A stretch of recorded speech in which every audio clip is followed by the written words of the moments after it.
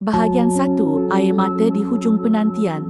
Di sebuah kampung kecil yang sunyi, tinggal seorang lelaki tua bernama Pak Saleh. Rumahnya hanya sebuah pondok kayu usang di tepi sawah. Dindingnya sudah reput, atapnya bocor di sana sini. Namun setiap pagi, Pak Saleh tetap bangun awal, menyapu halaman dan duduk di bangku kayu sambil memandang jalan kampung. Setiap orang yang lalu akan melihatnya tersenyum.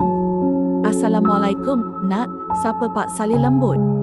Ada yang membalas, ada yang hanya mengangguk dan ada juga yang langsung tidak mempedulikan. Tiada siapa benar-benar tahu kisah hidupnya. Dulu, Pak Saleh bukan orang susah, dia seorang tukang kayu yang sangat mahir.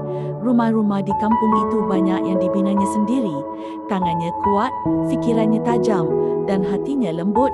Dia juga mempunyai seorang isteri yang penyayang dan seorang anak lelaki bernama Hakim. Setiap petang, Pak Saleh akan pulang ke rumah dengan senyuman. Hakim akan berlari mendapatkan ayahnya, memeluk kaki sambil ketawa. Isterinya pula akan menunggu di dapur, memasak lauk kegemaran mereka. Rumah kecil itu sentiasa dipenuhi gelak tawa. Namun kebahagiaan itu tidak lama.